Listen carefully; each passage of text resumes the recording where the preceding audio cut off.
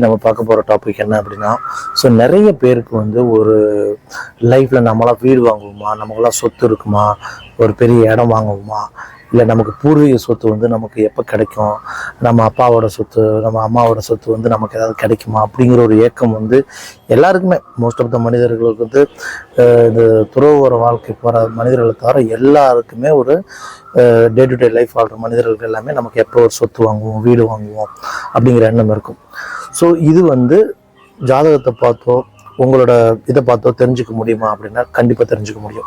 எப்படி அப்படின்னா, ஸோ நான் யூஷுவல் சொல்கிற மாதிரி தான் உங்கள் ஜாதகத்தை ஓப்பன் பண்ணிக்கங்க. எல்லாருக்கும் ஜாதகம் இருக்கும். இதில் உங்கள் ஜாதக கட்டத்தில் புதன்கிற ஒரு கிரகம் இருக்குது பார்த்தீங்களா. புதன் ஒரு கிரகம் ஏதோ ஒரு கட்டத்தில் இருக்கும். இந்த புதனை வந்து இப்போ கரண்ட் பிளானட்டரி பொசிஷன், அதாவது கோச்சார கிரகம்னு சொல்லுவாங்க ஜாதக ஜோதிட. கோச்சாரத்தில் இருக்க சனி அப்படிங்கிற ஒரு கிரகத்தோட பார்வை வந்து உங்கள் புதன் மேலே பட்டுச்சுன்னு வச்சுக்கோங்களேன். ஃபார் எக்ஸாம்பிள் இப்போ வந்து சனி வந்து மீனத்தில் இருக்குது.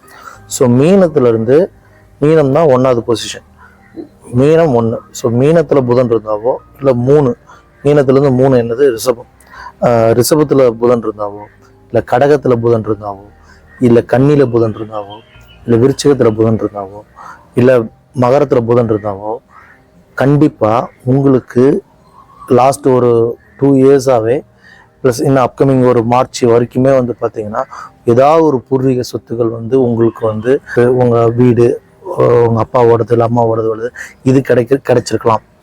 இல்லைன்னா இன்னொரு 6 மாதத்துக்குள்ளே கிடைக்கிறதுக்கு இது இல்லைனாலும் நீங்கள் ஏதாவது ஒரு புது ஃப்ளாட்டோ லேண்டோ இந்த லாஸ்ட் ஒரு 2.5 இயர்ஸில் வாங்குறதுக்கு ஒரு பாசிபிலிட்டி இருக்கும். கண்டிப்பாக நீங்கள் நான் சொன்ன இடத்துல தான் இந்த புதன்கிற ஒரு பிளானட் இருந்ததுன்னா இது எல்லாமே உங்களுக்கு நடந்திருக்கும். நீங்கள் வேணால் செக் பண்ணி பாருங்கள்.